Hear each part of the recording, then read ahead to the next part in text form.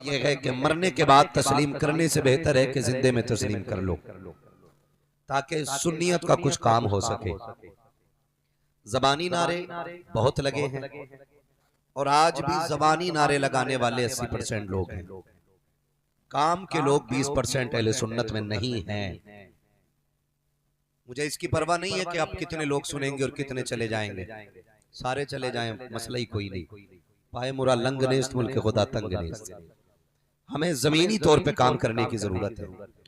वो लोग जो हमारे अकाबिरीन के खिलाफ बकवास कर रहे हैं, मैं उनसे सिर्फ इतना कहना चाहूंगा, अगर हम अपने गिरबान में झांकना शुरू कर दें, दूसरे की इस्लाह के बजाय अपनी इस्लाह शुरू कर दें, तो यकीनन सुन्नियत का बड़ा काम हो सकता है। लेकिन माफ कीजिएगा, मिंबर बदल बदल के, टोपियां बदल बदल के, जो भी है उन्हीं लोगों के पीछे पड़ा हुआ है जो लोग इस्लाह के पीछे पड़े हुए हैं। जो इस्लाह की कोशिश कर रहे हैं लोग उनके पीछे पड़े हुए हैं।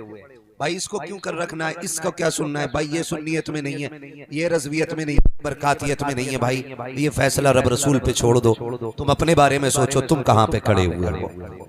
हर शख्स को अपने अमाल का मुहासबा करना चाहिए।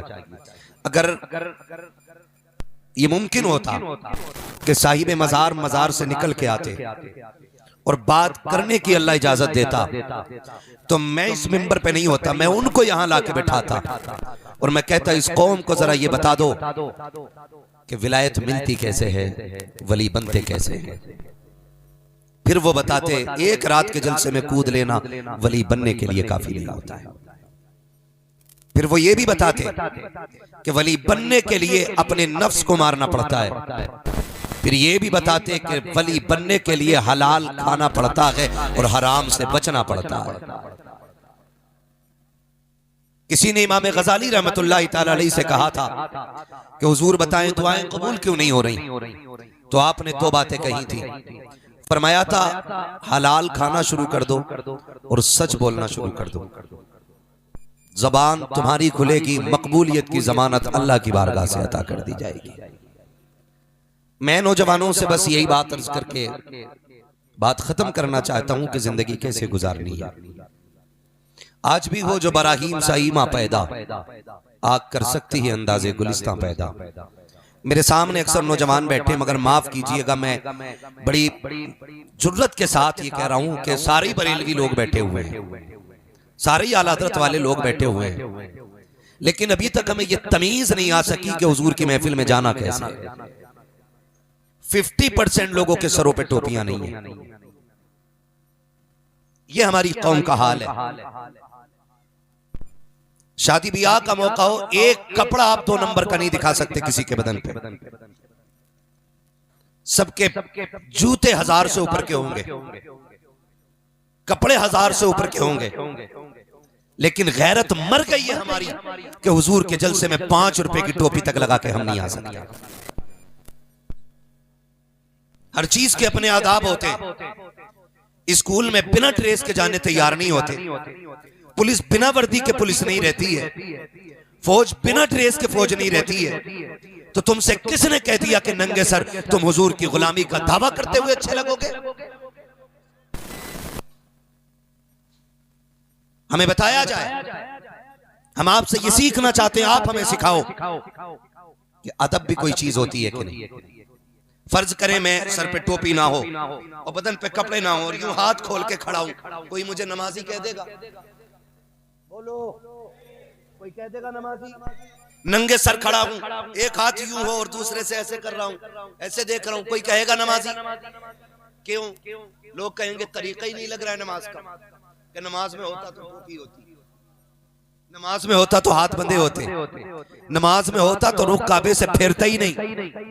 तो पता चला नमाजी वही नमाजी लगता है जो नमाज के तकाजों के साथ खड़ा हो। तो आशिक भी हुजूर का वही आशिक लगता है जो हुजूर की सुन्नत के मुताबिक महफिलों में आकर बैठा हो। ये गौर से सुन लीजिए, आज के बाद किसी जलसे में जाना हो तो टोपी लेके जाइए। बकरा ईद आ रही है, जूता खरीदिए ना खरीदिए, टोपी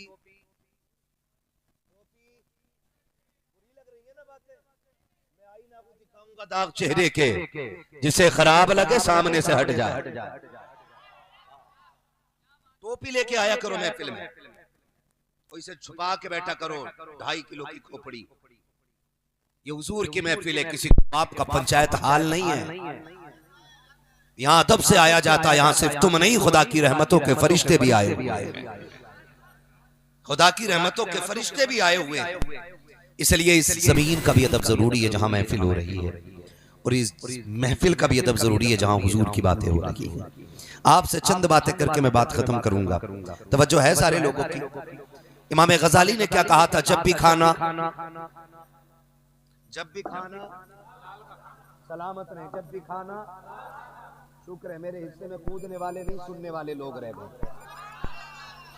और ये भी मेरा नसीब है कि लास्ट में नंबर आता है अक्सर।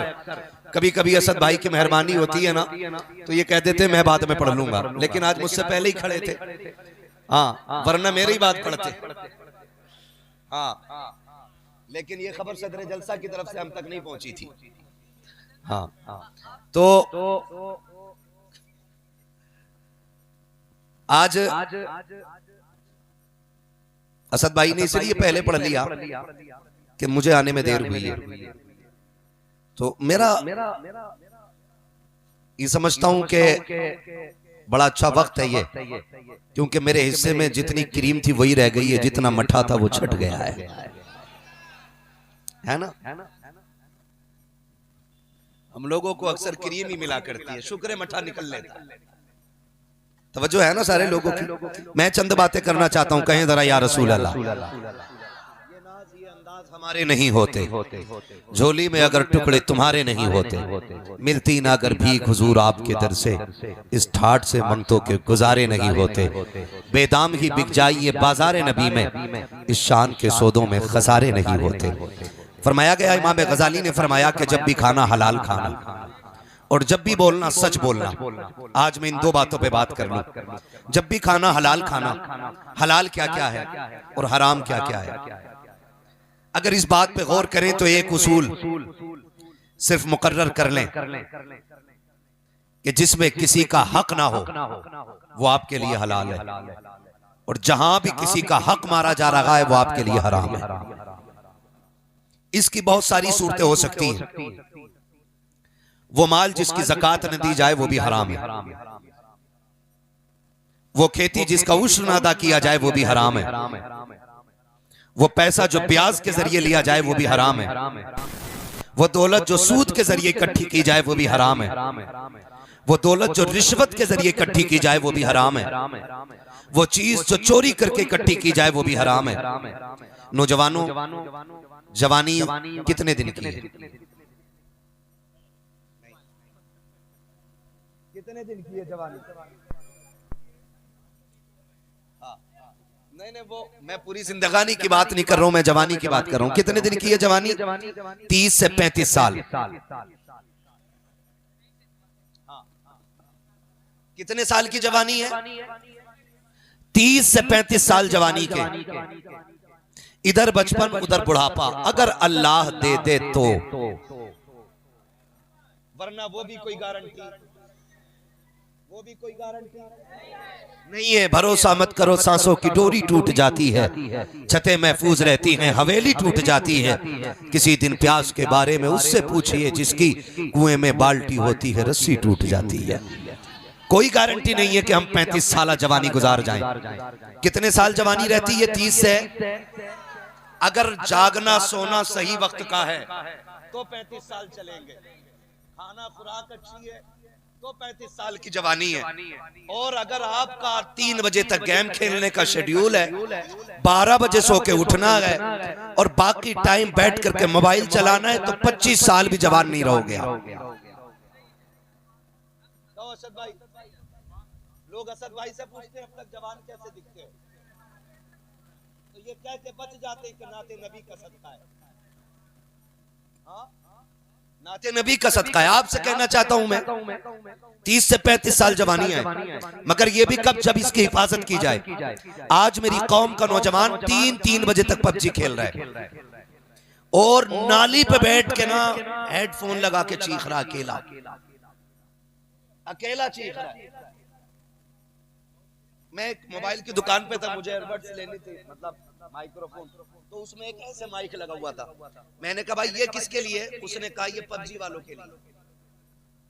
मैंने कहा वो क्या कहा? वो कमेंट करते हैं तो बोलते ये मुंह के पास माइक दिया गया। मैंने कहा चलो ये भी एक नई कौम तैयार हो गई है, और जो वो चाहते थे वो बना चुके हैं। अब इनकी मर्जी के मुताबिक माइक भी तैयार हो गया। हैरत होती है कि जिसको आधा घंटा तरावी में खड़े होने से मच्छर काटते हैं, पौन घंटा मस्जिद में खड़ा हो जाए तो पंखों की शिकायत करता कि हवा ठंडी नहीं दे रहे। वो रात के 3 बजे तक नाली पे बैठ के पबजी खेलता है, एक मच्छर नहीं काटता। काटता है कि नहीं? ऐसे नहीं काटता, क्योंकि वो खुद मच्छर बन चुका है। भाई मुझे हैरत होती है, हमारी ऐसे झंडा लेके लहरा रहा, वो झंडे से ज्यादा खुद हिल रहा था और कह रहा था हम जाकर गाड़ेंगे, भाई गाड़ेंगे, फला जगह जाके झंडा गाड़ेंगे।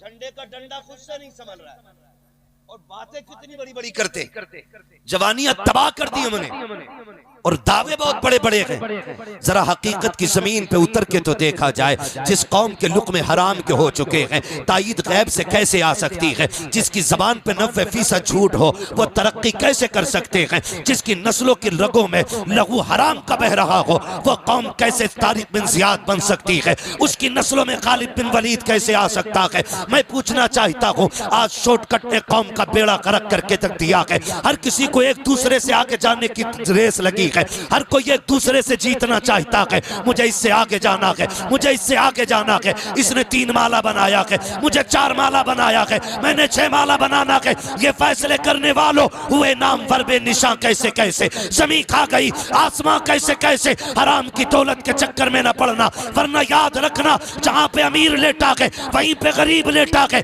जितनी कब्र अमीर की है उतनी कब्र गरीब की है, जो कफन अमीर का है वही कब्र गरीब का है। याद रखिएगा, इज्जतें उनको नहीं मिलती जो दौलत वाले हैं, इज्जत उनको मिलती है जो मोहम्मद वाले। सुभान अल्लाह, नारे तकबीर, नारे रिसाला, जश्न ईद मिलादुन नबी, मसलके आला हजरत, उर्से मुक़द्दर हजरत अल्लामा मुफ्ती हम्माद रज़ा साहब क़िबला।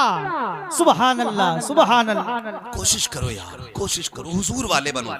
मैं नहीं कह रहा आप मेरी बात माने, मैं नहीं कह रहा हुजूर सैयद साहब क़िबला तशरीफ फरमा, शहीद सैयद नज़ीर हसन साहब क़िबला बड़े बाप की बड़ी औलाद है, और बड़े लोग ये मत समझना कि ये कुर्सी पे बैठे हैं, माइक इनके पास नहीं है तो इन्हें कुछ नहीं आता। यूँ समझो ये अलग बात है, खामोश खड़े रहते हैं। फिर भी जो लोग बड़े हैं वो बड़े रहते हैं। ऐसे असलाफ से मिलता है हमारा शजरा, जिनके कदमों में कई ताज पड़े रहते हैं, है ना। मैं ये नहीं कहता कि आप मेरी बात माने, हजरत की बात माने, हमारे मिसबा नूरी साहब क़िबला की बात माने, असद भाई की बात माने। मैं कहता हूँ कभी खुद को आईने के आगे खड़ा करें और खुद से सवाल करें, हम कितने हुजूर के बताए हुए दीन पे चल रहे हैं। ये फैसला हमारा दिल करेगा। दिल एक ऐसा मुफ्ती है कि कितना ही बड़ा हराम खाने वाला हो ना, जब सूद का कोई रुपया खाता ना तो दिल एक बार कहता है यार गलत कर रहा है, दिल कर रहा है। और जो दिल की नहीं मानता वो किसी मुफ्ती की नहीं मानता है। ये जो दिल रखा है अल्लाह ने ना, ये कितना भी गुनाहों में डूब जाए तो एक बार धड़क के जरूर कहता कि गलत खाया यार, नहीं खाना चाहिए था, लेकिन फिर भी हम इसे दबा देते हैं। हो ना, चुप हो यार, आगे जाना है, चुप होना, आगे जाना है, चुप होना, आगे जाना है। सुन, इज्जतें अमीरों के लिए नहीं है, इज्जतें हुजूर के दर के फकीरों के लिए रखी गई हैं। हाँ, आप बैठे हो ना, आप मोहम्मद शाह रहमतुल्लाह तआला अलैह के मेहमान बन के बैठे हो। मैं कसम खा के कह सकता हूँ, अगर मज़ार पैसे वालों के बनते ना तो आज कारून का भी होता, नमरूद का भी होता, शद्दाद का भी होता, हामान का भी होता। लेकिन मज़ार जो बनते हैं ना, इश्क वालों के बनते हैं, और तारीख में वही लोग याद रखे जाते हैं जो हुजूर के तरीके पे जिंदगी गुजारा करते हैं। ये आपसे मेरी गुजारिश है। अभी असद भाई पढ़ रहे थे, मैं कुछ को देख रहा था, कपड़ों से बाहर थे कुछ लोग। और अगर पूछ लूं मैं कि मसलक वालों जो बेटियों के नकाब स्कूल कॉलेज के बाहर उतारे जा रहे हैं, उनके लिए आपने क्या इंतजाम किया? 4 दिन पहले की बात है, फिर एक बेटी को निकाल दिया गया, फिर एक बेटी का नकाब उतरवा दिया गया। हमने थोड़ी देर न्यूज पढ़ी, अखबार पढ़ा, बस रो लिए थोड़ी देर। हमारे मुकद्दर पे रोने के लिए अलग से नोहा खां नहीं आने। अपने मुकद्दर पे रोना भी हम ही को है और आंसू भी हम ही को साफ करने पड़ेंगे। हमें कुछ करना होगा, अमल की जमीन पे उतरना होगा।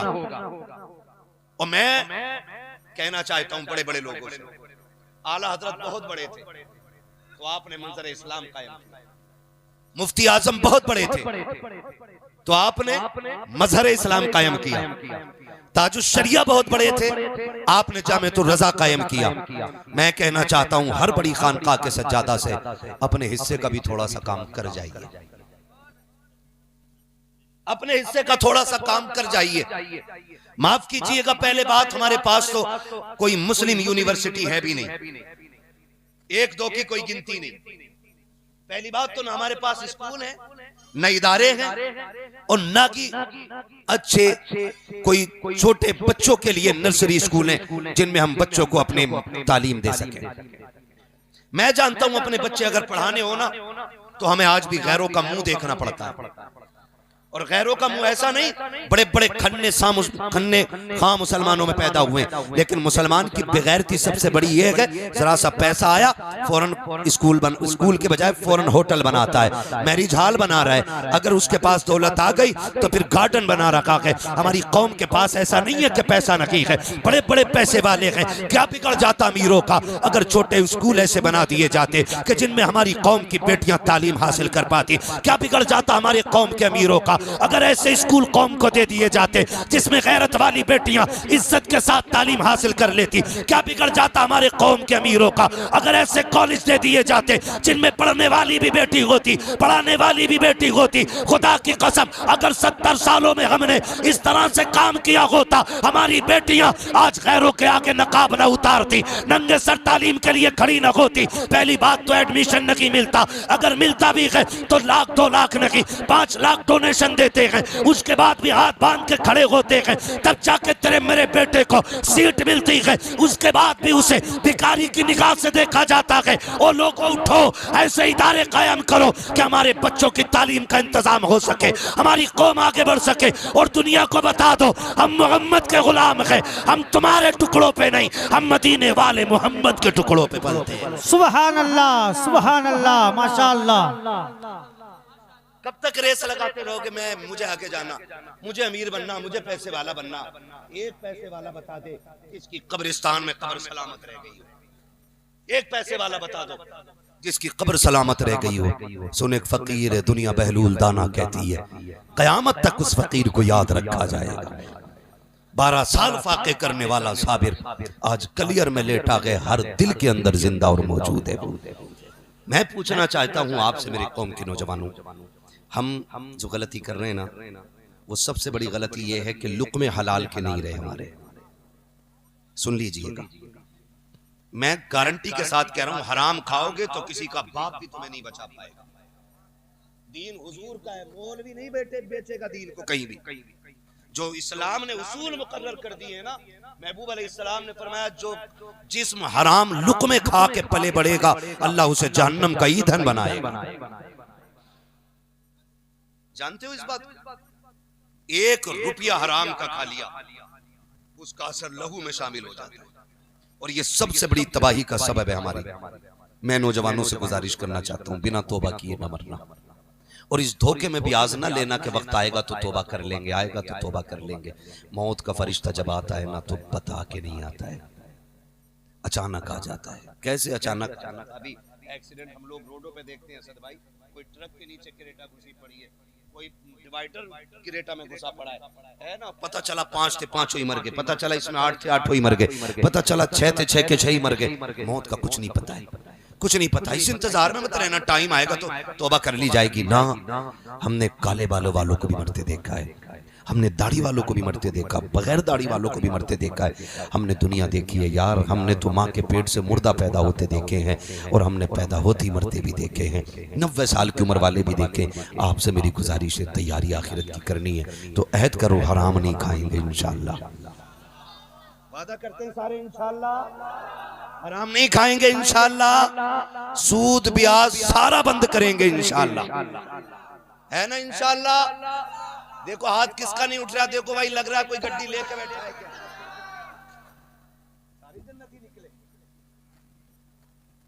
सबने हाथ उठा दिए। या अल्लाह जिसने उठा दिया हो उसे तौफीक दे के आज के बाद वो कभी हराम ना खाए। उठ गया ना हाथ, अब तो उठ गया मालिक, अब उठे हाथ की लाज तुझे रखनी है। और मैं आपसे कहूंगा नौजवानों, माफ कीजिएगा अगर गरीब है और तहज्जुद गुजार है, तस्बीह हाथ में रखता है ना, पूरी बस्ती घूम ले एक बंदा सलाम करने तैयार नहीं। ये हमारी कौम ने ना एक मयार बना रखा है। और अगर 3 कत्ल करके 10 साल काट के निकल के आया और यूं लगा के ना एक बार निकल जा, सब कहते हैं दादा अस्सलाम वालेकुम। हाँ बस जरा सा लगा के एक बार निकल जा। हमारी कौम के अंदर शरीफों की इज्जत नहीं, गुंडों की ज्यादा होती है, भाईगिरी की ज्यादा कदर है। आपसे छोटी सी गुजारिश है मेरी, कोशिश ये करें कि दुनिया भले नजर से गिरा दे लेकिन मुस्तफा की नजरों में नहीं गिरना है। वो बेदम ने कहा था, बड़ी बात कही थी, सारी दुनिया की निगाहों से गिरा है बेदम, तब कहीं जाके तेरे दिल में जगह पाई है। और भाई मिटा दे अपनी हस्ती को अगर कुछ मर्तबा चाहे कि दाना खाक में मिलकर गुले गुलजार होता है। कई बार लोग कहते थे मौलाना अगर हमने बंद कर दिया ना तो बच्चों की फीस अदा नहीं होगी। बच्चे स्कूल पढ़ रहे हैं, बड़ी महंगाई है, और तुम्हें नहीं पता तेल अब 200 रुपए के पार जा रहा है। तुम्हें क्या पता, तुम तो जलसों में इधर उधर खाते घूम रहे हो। हमसे पूछो मिर्च का क्या रेट है। हाँ कह सकता भाई कोई भी खड़े होकर के, लेकिन मैं आपसे बात करूं, याद रखिएगा कुरान कहता अगर तुमने कलमा पढ़ लिया है ना तो ये मत समझना आजमाए नहीं जाओगे। अगर कलमा पढ़ लिया है तो फिर आजमाए जाओगे, आजमाए जाओगे। मैं एक नौजवान से कहना चाहता हूँ, गलती हो जाती है, रब करीम है और हुजूर का वसीला दे के मांगो, अल्लाह हर खता माफ फरमाने वाला है। लेकिन इस उम्मीद पे मत करना गुनाह के कल तौबा कर लेंगे।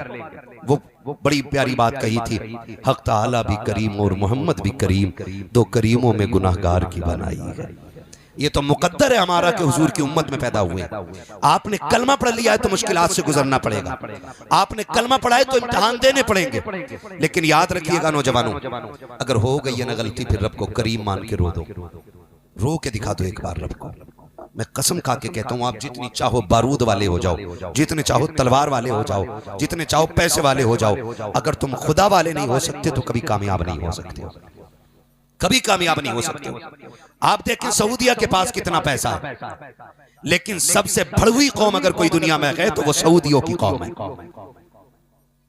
खुल के ये बात कर रहा हूं, सबसे दज्जाली कौम अगर कोई जमीन पे है इस वक्त तो वो सऊदियों की कौम है, जिन्होंने ट्रम्प के आगे बेटियों के बाल खुलवा दिए, लेकिन मस्जिद अक्सा के लिए 1 रुपए का दान देकर के वहां के भूखों के खाने का इंतजाम न कर सके।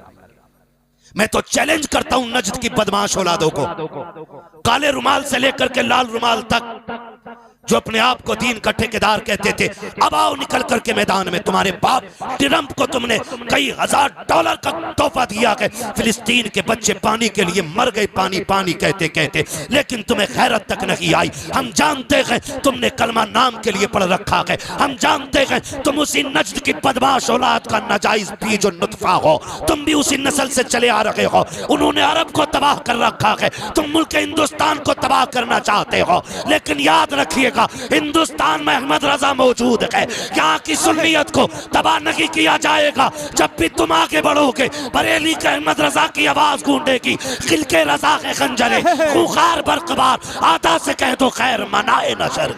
नारे तकबीर, नारे रिसाला, जश्न ईद मिलादुन नबी, मसलके आला हजरत, फैजाने आला हजरत बाबा पटेल शाह। अगर दौलत से बंदा अमीर बनता ना, दौलत से जन्नती होता ना, तो फिर सऊदी सबसे पहले जन्नती होते। लेकिन ये उस तबके में डाले जाएंगे कि झांक झांक के देखना पड़ेगा डाले के डाले। हाँ शर्म आनी चाहिए। मैं तो कहता हूँ नज्द की बदमाश औलादों से आज ले उनकी पनाह, आज मदद मांग उनसे। थोड़े थोड़े करके खुल रहे हो, कल तुम्हें यहूदियत को तस्लीम करना है हम जानते, कल तुम इजराइल को अपना बाप बनाओगे हम जानते। हम कहते हैं सुनो, जब कल पर्दे उठेंगे ना तो फिर मुंह नहीं दिखा पाओगे, इसलिए आज ले उनकी पनाह, आज मदद मांग उनसे। कल ना मानेंगे, क़यामत में अगर मान गया। मैं कहता हूँ नौजवानों, अमीर होना कोई ज़रूरी नहीं है, हुजूर के दर का फ़कीर होना ज़रूरी है। बड़ी बात यह नहीं है कि मुर्गे से रोज़ कौन खाता है, बड़ी बात यह है कि रोज़ हलाल के लुक़मे कौन खाता है। ये सबसे बड़ी बात है कि हलाल कौन खाता है। हमसे अगर गुनाह हो गए, कई पार्टियां अब तो अल्लाह माफ़ करे ऐसी चल रही हैं कि लोग ना बियर पी रहे, बियर शराब आम हो गई है हमारे नौजवानों में। शादी पार्टी के नाम पे, दोस्त के बर्थडे के नाम पे ये सारी चीज़ें आम हो गई हैं। और मौलवी टोक दे तो कहते हैं तुम्हें क्या पता, ये तो एनर्जी ड्रिंक है। मौलवी को क़यामत की निशानियां तक पता है, तेरी ड्रिंक का नहीं पता है। हाँ भाई, मौलवी दज्जाल को जानता है, तेरी बियर को नहीं जानता। मौलवी दज्जाल के बारे में बता देगा तुझे। हाँ भाई, वो कहते तुम्हें क्या पता मौलाना, ये तो ताकत की ड्रिंक है, जितनी चाहे हराम की ताकत लगा ले, ऐसे गुर्ज पड़ेंगे कि सारी ताकत खत्म हो जाएगी। अरे जी, तो ताकत के लिए पीते हैं हम नौजवानों। अगर लग गई है मुंह से ना, फिर तौबा करो, करीब न जाना। मैं हाथ नहीं उठवाऊंगा कि भाई किसने पी ली है, किसको नहीं पीनी है। मैं तो कहता हूँ सिर्फ अपने दिल पे हाथ रख के फैसला करे। मैंने कहा सिर्फ अपने दिल को मुफ्ती बनाना है, मुझे नहीं, इन्हें नहीं, अपने दिल को मुफ्ती बना के अहद करना है। अगर मेरे सामने तौबा करोगे तो तोड़ सकते हो, लेकिन अपने दिल से अगर तौबा करोगे तो फिर मैं रहूं या ना रहूं, आप तौबा पे कायम रहोगे। ये याद रखिएगा, दिल को मुफ्ती बना के आपको फैसला करना है, फैसला करना है। और कई बार ऐसा भी होता है ना, इस्लाह करने वाले लोग ना खड़ा करके जलील करते हैं, कहते हैं कितने लोग थे भाई जिन्होंने अब तक शराब पी है, लोग हाथ भी उठा देते हैं, क्योंकि हुजूर की महफिल में झूठ नहीं बोला जाता। कई बार कहते हैं भाई जो दाढ़ी रखना चाहते हैं वो हाथ उठा दे, तो भाई कौन बंदा ऐसा जो दाढ़ी के लिए हाथ ना उठाए, उठा के फिर दाढ़ी ना रखे, तो ये भी गलत लगता है ना, ये भी गलत लगता है ना। तो मेरे भाई मेरी गुजारिश है, मैं नहीं कहूंगा हाथ उठाओ, मैं तो चाहता हूं जैसे रब बंदों के गुनाहों पे पर्दा डालता है ना, फिर बंदों पे भी लाजिम है कि वो बंदों के ऐबों पे पर्दा डाल के रखे। अल्लाह करीम है, वो जरूरी नहीं है कि महफिल में रो के दिखाओगे तब बख्शेगा, वो तो दिल से आप रो के दिखाते हो उसे। हाँ, बनी इसराइल के दौर का एक उम्मती है, हज़रत मूसा अलैहिस्सलाम का उम्मती।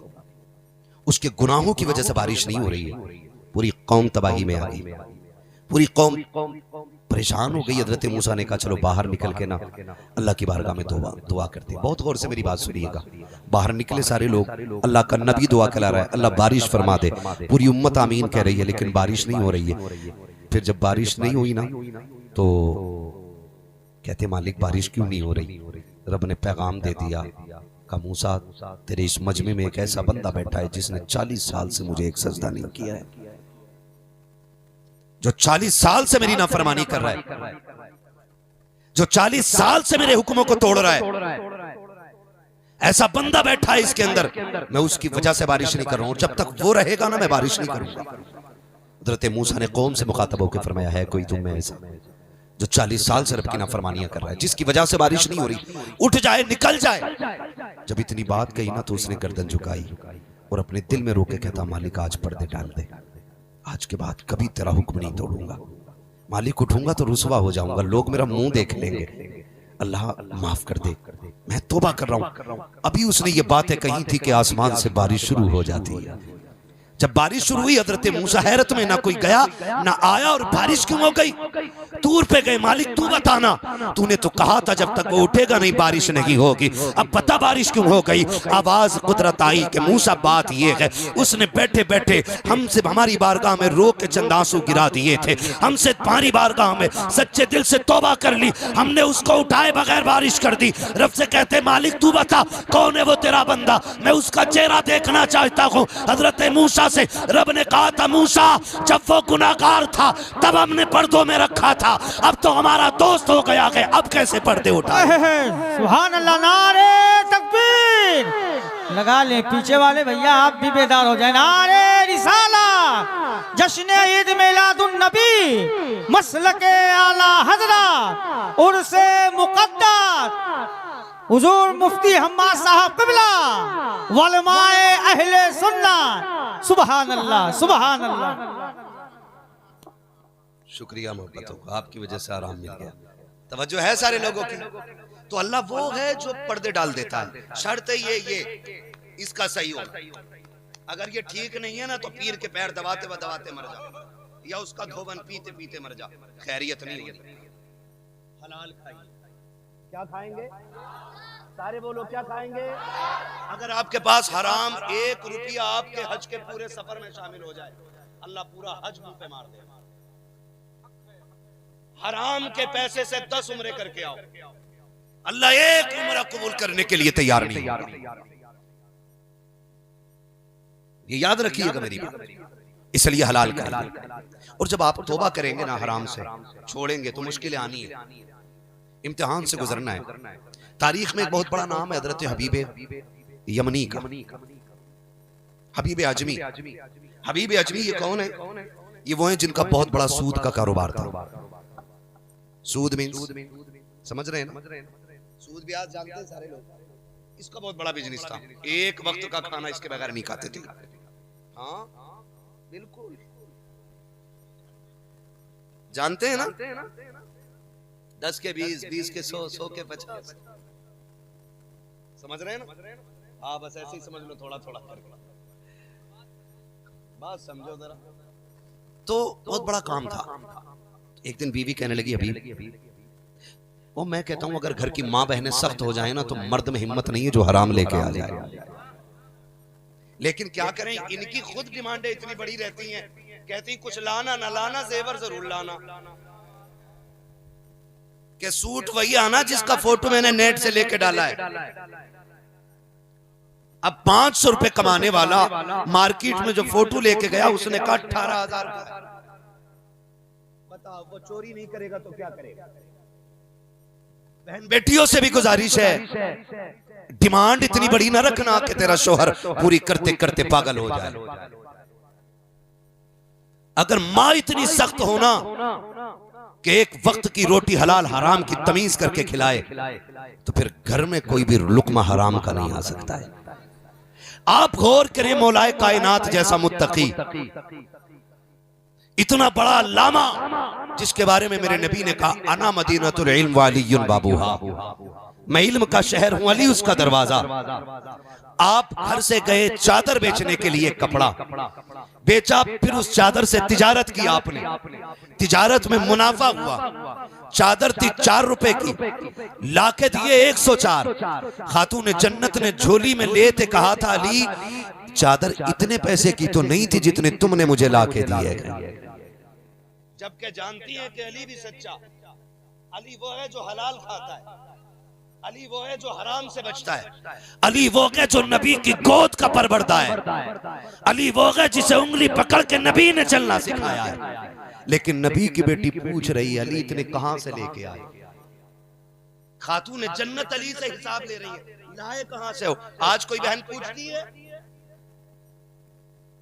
जाके खटाक से डालो 20,000। हाँ ठीक है, इसके बुंदे आएंगे, इसकी अंगूठी आएगी, इसकी पाजेब आएगी, इसकी चैनें आएंगी। मेरी बहन पूछ तो ले, किसका दिल दुखा के लाया गया, किसको खून के आंसू रुला के लाया गया। आज इसकी वजह से किसकी जमीन बिक गई है, आज इसकी वजह से कितने गरीबों की हंसी लूट गई है। पूछना कहां से लेके आया है। अगर बहनें पूछना शुरू कर दें तो भाई हराम कमाना छोड़ देंगे, हराम कमाना छोड़ देंगे। अल्लाह अकबर, तारीख गवाह है। हबीब अजमी इतने बड़े सूद के व्यापारी थे। बीवी कहने लगी मेरे सरताज इतना ना कमाओ हराम का, कहीं ऐसा ना हो अल्लाह का अजाब आ जाए। कहने लगे शरीक है तू खाना बना, जिम्मेदार मैं हूँ। एक दिन एक घर के अंदर गए, सुने जरा प्यारे, घर के अंदर गए, जाके आवाज दी, कहा तुम्हारे ऊपर मेरा कर्ज है। कहा कर्ज तो नहीं दिया जा सकता। कहा क्यों? कहा पैसे नहीं है। कहा फिर ब्याज का जो बनता है वही दे दिया जाए। औरत बेवा थी, बच्चे यतीम थे, रो के कहने लगी हबीब वापस चला जा, हमारे घर के अंदर एक भाई नहीं है, कुछ दिन के बाद आ जाना, कुछ दे दिया जाएगा। अंदर गए, जाके तलाश करने लगे, गोश्त का टुकड़ा नजर आया। कहने लगे खाली तो नहीं जाना है, कुछ नहीं तो यही दे दे। बेवा औरत की चीख निकल जाती है, कहती है जनाब मेहरबानी करें, मेरे बच्चे यतीम हैं, कई महीनों से गोश्त नहीं खाया। आज मेरे बच्चों ने कहा था था माँ कहीं से गोश्त ला दे। कहा बड़ी मेहनत करके ये गोश्त का टुकड़ा मिला है, हबीब कम से कम ये टुकड़ा रहने दिया जाए ताकि मैं अपने बच्चों को खिला करके उनकी खुशियां पूरी कर सकूं। हबीब ने धक्का दिया, गोश्त का टुकड़ा लिया। घर आ जाते बीवी से कहा बना जल्दी, मैं नहाने के लिए जा रहा हूँ। बीवी ने खाना बनने के लिए रखा, आप नहाने के लिए गए हैं। जैसे नहा करके वापस आए, बीवी से कहते शरीक हयात देख तो सही, खाना बना के नहीं। जैसी बीवी ने ढक्कन खोला है हांडी का, क्या देखती है जिसमें गोश्त बन रहा था, अब उसी हांडी के अंदर खून खोल रहा है, सारा गोश्त खून बन गया है। औरत की चीख निकल जाती है, मेरे सरताज कहा क्या हुआ? कहा मैं कहा करती थी अल्लाह का अजाब आने वाला है, देख आज अजाब आ गया है। कहा क्या हो गया है? कि सारा गोश्त खून बन गया है। हबीब जल्दी कर ले, तौबा कर ले, कहीं जमीन फट ना जाए, आसमान से पत्थर न गिर जाए। इतना सुनना था, हबीब तौबा के लिए निकल जाते हैं, अल्लाह वाले की तलाश में निकले हैं, एक अल्लाह वाले से मिले हैं, तौबा करके वापस आ रहे हैं। जब तौबा करके वापस आए हैं, आज तक दौलत का ठिकाना नहीं था, बच्चे शान की जिंदगी गुजार रहे थे, लेकिन आज जब तौबा कर ली है,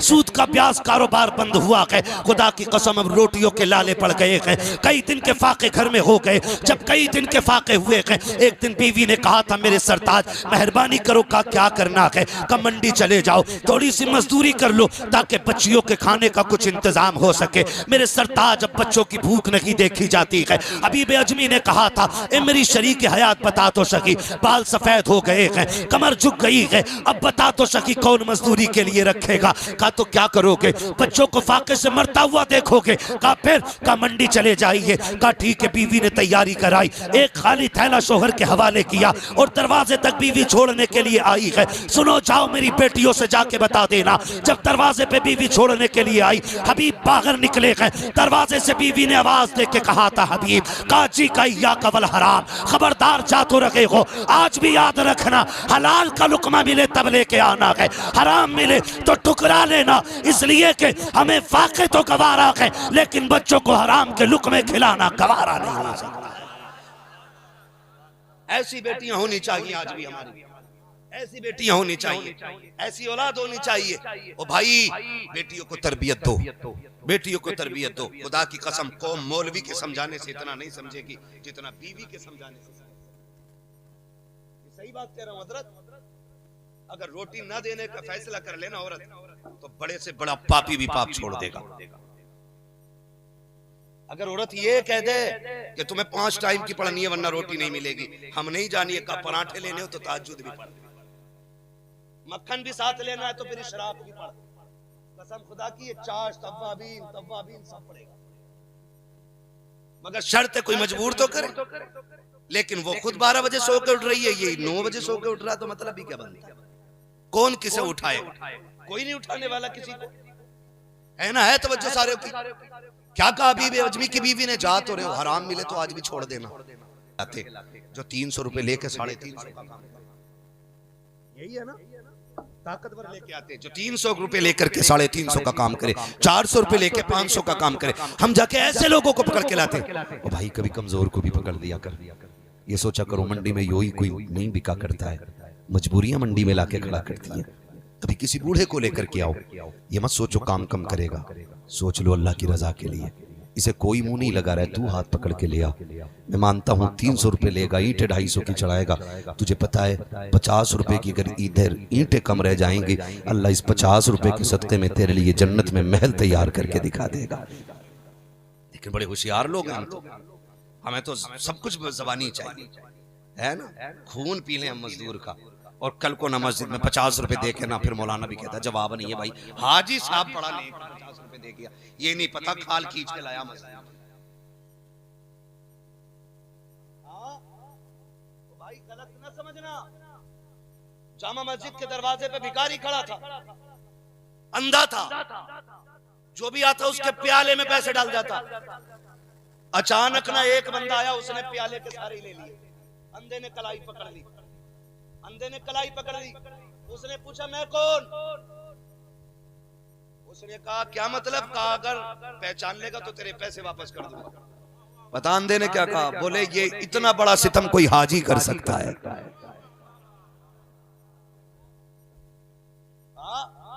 उसने कहा इतना बड़ा सितम कोई हाजी कर सकता है? माफ कीजिएगा, हज 1 फर्ज है, नमाज 5 फर्ज है दिन में, है ना, एक हज करके आने वाला 5 टाइम के इमाम को खातिर में नहीं लाता है,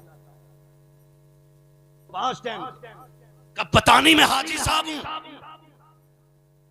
मैं हज करके आऊं, मैंने जमजम पिया है।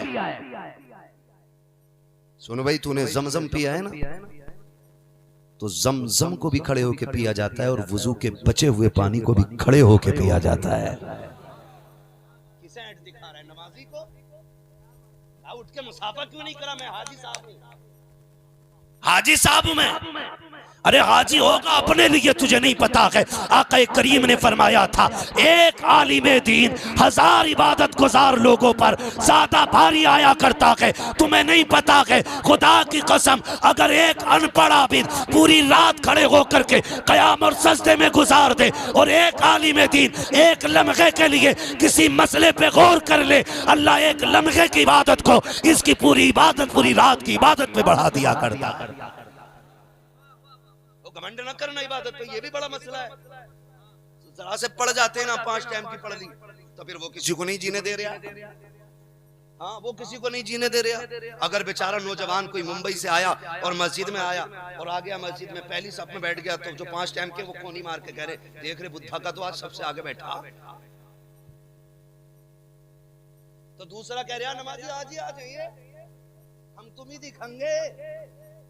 ये देखो, ये मुंह और मसूर की दाल 4 टाइम 5 टाइम क्या पढ़ ली, फटे जा रहे हैं। घमंड खत्म करो, तकब्बुर बिल्कुल नहीं होना चाहिए। तकब्बुर रब को अपने सिवा किसी में भी अच्छा नहीं लगता है, याद रखिएगा। जो तकब्बुर करता है अल्लाह उसे मिटा देता है, मिटा देता है। बनी इसराइल का एक बड़ा इबादत गुजार बंदा था, इतना आबिद और जाहिद था कि वो चलता था तो बादल छाया करता था उसके ऊपर। उम्मती था, नबी नहीं था, बादल छाया करता था, बड़ा इबादत गुजार, उसके ऊपर बादल चलता था। एक दिन जानते हो, एक गुनाहगार बंदा, गरीब बंदा, उसने सोचा ये रब का बड़ा नेक बंदा है, थोड़ी देर इसके पास बैठ जाऊं ना, शायद अल्लाह मुझे भी नेक बना दे। ये सोच के जब उसके बगल में जाके बैठा ना, तो उसने यूं देखा और देख के कहने लगा, तेरे जैसा बंदा मेरे बगल में। जब इतनी बात कही ना, तो वो गर्दन झुका के उठ गया और उठा तो दिल में सोच के उठा, मालिक मैं तेरा गुनाहगार हूं, इसका तो गुनाहगार नहीं था। मालिक ये कौन होता मुझे जलील करने वाला? ये कह के उठा ना, तो जो बादल उसके सर पे था ना, वो बादल उसके सर पे चला गया, उसके सर पे चला गया। उसने कहा मालिक ये क्या हुआ, मेरे सर का बादल इसके सर पे? आवाज आई, नादान, जितनी तेरी नेकियां थी ना, तेरे घमंड ने उन्हें जला के रख दिया है, और जितने इसके गुनाह थे, इसकी आजिज़ी ने इसके सारे गुनाह जला के खाक कर दिए हैं। और भाई अगर इबादत का अल्लाह मौका दे रहा है तो घमंड नहीं करना है, घमंड नहीं करना है। और औलाद को हलाल लुक़्मे खिला के देना। मंडी में जाके अभी खड़े हो गए, कोई लेके नहीं जा रहा है, लेके नहीं जा रहा, दोपहर हो गई, सूरज देखा चढ़ आया, अब किधर जाएं, क्या करें क्या करें, काफ़ी परेशान हो गए। फिर सोचा अब कहाँ जाना, देखा ना सामने मस्जिद थी, अपने अपना थैला उठाया, मस्जिद चले गए। वो जाके वुजू करके 2 रकात नमाज़ हाजत अदा की और कहने लगे मालिक कोई मुझे काम के लिए नहीं रख रहा है, मैं तेरे घर में काम करने के लिए आया हूँ, मालिक तू मुझे मेरे बच्चों के रिस्क की नौकरी अता कर दे। शाम तक झाड़ू लगाते रहे, सफ़े झाड़ते रहे, शाम आई, घर की तरफ चल दिए। सुने मैं मुबारकबाद देता हूँ जो बच्चों को हलाल खिलाया करते हैं, अल्लाह उन बापों की उम्रों में बरकत अता करे जिन्होंने मजदूरियाँ की हैं लेकिन बच्चों को हलाल खिलाया है। बड़ी मुबारकबाद के मुस्तहिक हैं वो लोग जो हलाल कमाते भी हैं और हलाल बच्चों को खिलाते भी हैं। शाम हुई, कहा घर जाना है, फिर ख्याल आया बच्चों का सामना कैसे करूंगा, बड़ी मुश्किल होती है ना एक बाप के लिए बच्चों का भूखा चेहरा देख पाना, बड़ा मुश्किल होता है। बाप दुनिया से लड़ लेता है लेकिन बच्चों की भूख से नहीं लड़ पाता कोई भी बाप। आप घर आए, देखा सारे बच्चे सो रहे, आप चुपके से घर आए, बीवी ने दरवाजा खोला, आपका हाथ पकड़ा, लेकर के आई, वुजू कराया, लिटाया, लिटा के फिर पूछती है शोहर गए तो थे, बताओ काम लगा के नहीं? कहा काम तो मिल गया है। कहा मजदूरी? का मजदूरी नहीं मिली। कहा मांगी नहीं? कहा मैं इतने बड़े की इतनी बड़ी चौखट पे गया हूं काम करने के लिए कि एक दिन का पैसा मांगते हुए गैरत आ रही थी। बीवी ने कहा अच्छा कल जाना तो कल जरूर ले लेना। कहा ठीक है। कल फिर मस्जिद में आए, फिर झाड़ू लगाते रहे, शाम हो गई। कहा शाम का वक्त आया, फिर घर खाली हाथ जा रहे हैं। बीवी ने फिर यही हाल सवाल किया क्या रहा, कुछ लेके आए कि नहीं? कहा कुछ नहीं। कहा मांगा नहीं? कहा हिम्मत नहीं हुई। तीसरे दिन जब जाने लगे बीवी ने कहा सुनो अपने मालिक से जाके कह देना कि आज इतना दे दे, 3 दिन काम करते हुए हो गए हैं, 1 दिन की मजदूरी दे दे, अब बच्चों का फाका नहीं देखा जाता है। अब बच्चों की प्यास नहीं देखी जाती, भूख अब बच्चों की नहीं देखी जा रही है। इतना कहा घर से निकले हैं। आज जब हबीब आ रहे हैं तो रोते हुए आ रहे हैं। आज मंजर अलग हो गया है, आज रोने की कैफियत अलग है। पहले मस्जिद में रोते थे, आज घर से रोते हुए चल रहे हैं। आज आंख में आंसू है। मैं पूछना चाहता हूँ नौजवानों, अगर जरूरतें पूरी नहीं होती हैं तो हम ब्याज लेना शुरू कर देते हैं, हम सूद पे पैसा वसूल करते हैं। अगर काम तरक्की नहीं करता है तो हम हराम की तरफ बढ़ जाया करते हैं। आओ हबीब अजमी से पूछो तुम किधर जा रहे हो? आप मस्जिद की तरफ आए हैं, बच्चों की भूख प्यास कई दिन की है, आए मस्जिद के अंदर, फिर रो के दुआ कर रहे हैं, मालिक अब बच्चों की भूख नहीं देखी जाती है, इतना दे दे के बच्चों का गुजारा हो जाए। ये कहते जा रहे हैं, रोते जा रहे हैं। शाम का वक्त आया, ख्याल आया खाली थैला लेके नहीं जाना है, बल्कि आज थैले में मिट्टी डाल लेनी है, ताकि बच्चों के सामने खाली हाथ जाने से बेहतर है कि थैले में मिट्टी लेके जा सकूं। आपने थैले में मिट्टी भरी है और कहते हैं बेखुदी सी थी, मैं सोच रहा था कि ये हो क्या रहा है, का खुद ब खुद सब काम होते गए। मैंने थैले में मिट्टी भरी है, डरते डरते घर की तरफ आया, का दूर से घर के दरवाजे को देखा, पहले दीवार से झांक के देखा, घर वाले सो गए कि जाग रहे हैं। कहते क्या देखता हूँ कि मेरे घर के आंगन से धुएं उठ रहे हैं, चूल्हे पे पकवान चढ़े हैं। कहते मेरी हैरत की इंतहा न रखी, मैं परेशान हुआ कहीं ये किसी और के घर तो नहीं आ गया। मैंने आंखें मसल के देखा, घर तो मेरा ही था। का फिर मैं रास्ता बदल करके दरवाजे पे पहुंचा, मेरी बीवी दरवाजे पे खड़े होकर के मेरा इंतजार कर रही थी। उसने मेरा हाथ पकड़ा, कहा खैर मकदम हो मेरे सरताज, आ गए हो, आइए आइए। कहा आज उसके लहजे में मिठास भी थी, प्यार भी था, आज बड़ी मोहब्बत से बात कर रही थी। मैंने कहा शरीक हयात खैर तो है? कहा रब का शुक्र है। कहा ये तो बताओ ये चूल्हा कैसे जल रहा है, ये पकवान कैसे बन रहे हैं? कहा कि तुम्हें नहीं पता है? कहा नहीं। कहा तुम्हारे मालिक के यहाँ से मजदूरी आ गई है। अल्लाह अकबर जैसे इतना सुना है हबीब आजमी की आंख में आंसू आ जाते हैं। कहते हैं क्या कहना चाहती हो? कहा तुम्हारे मालिक का दरवाजे पर एक पैगाम लेकर के बंदा आया था, वो ये सारी दौलत भी दे करके गया है और पैगाम भी लेकर के आया है। शरीक हयात ने दरवाजा खोला, अंदर नेमतों के ढेर लगे हुए हैं। हबीब रोने लग जाते हैं। कहा बीवी बता तो सकी नेमत के साथ पैगाम कौन सा था? तो बीवी ने कहा वो पैगाम वाला कह के गया है अपने शोहर से कह देना कि वो यूं ही काम करता रहे, हम उसे यूं ही मजदूरियां अता करते रहे। ओ मेरे नौजवानों, खुदारा अगर मुश्किल वक्त आ जाए तो हराम की तरफ नहीं जाना। इंशाअल्लाह नहीं जाएंगे, इंशाअल्लाह। किधर जाएंगे? सलामत रहे। किधर जाएंगे? हलाल की तरफ। और अगर कहीं ना मिलता हो तो फिर मुसल्ला बिछाओ, मस्जिद में आओ, 2 रकात नमाज हाजत पढ़ो और अपने रब को रो के दिखा दो। वो इतना करीम है। अगर दुनिया वाले देते ना तो इतना देते हैं कि 2-4 वक्त का खा लो और फिर 5 साल उसी का एहसान जता के वोट मांगते। कहते हमने तुम्हें चावल नहीं दिए थे, फिर वोट दो। हमने तुम्हें आटा नहीं दिया था, फिर वोट दो। हमने तुम्हें राशन नहीं दिया था, फिर वोट दो। तो फिर उससे मांगो जो दे के जलील नहीं करता, जिसे दे देता है उसकी इज्जतें बढ़ा दिया करता है। और वो किसकी जात है? वो मेरे रब की जात है, वो मेरे अल्लाह की जात है, वो मेरे परवरदिगार की जात है। कैसे लेना है? आला हजरत ने ये भी सिखाया। वही रब है जिसने तुझको हमतन करम बनाया, हमें भीख मांगने को तेरा आस्था बताया। तुझे हमद है खुदाया, तुझे हमद है खुदाया। यही बोले सिदरा वाले, ये चमने जहाँ के थाले, सभी मैंने छान डाले, तेरे पाए का न पाया। तुझे यक ने यक बनाया, तुझे हमद है खुदाया, तुझे हमद है खुदाया। हमें जब भी रब से लेना है हुजूर का वसीला दे के लेना है। वादा करते इंशाअल्लाह, सारे वादा करें इंशाअल्लाह। जब भी मांगेंगे रब से मांगेंगे, मुस्तफा का वसीला दे के मांगेंगे। और कोशिश कीजिएगा हराम से बचेंगे, हराम से बचेंगे। नौजवानों, चेहरों पे दाढ़ियां रखो, टोपियां रखो, कुर्ता पजामा पहनना शुरू कर दो। हुजूर वाले बन जाओ, हुजूर वाले बन जाओ। जितने रास्ते मुश्किल हो रहे हैं, तुम अगर हुजूर के हो जाओगे, अल्लाह सारे मुश्किलों को आसानियों में तब्दील फरमा देगा। डॉक्टर इकबाल का फिर वही शेर की मोहम्मद से वफा, तूने तो हम तेरे हैं, ये जहां चीज है क्या, लोहो कलम तेरे हैं। कोशिश करेंगे इंशाअल्लाह, रब को राजी करेंगे, करेंगे इंशाअल्लाह।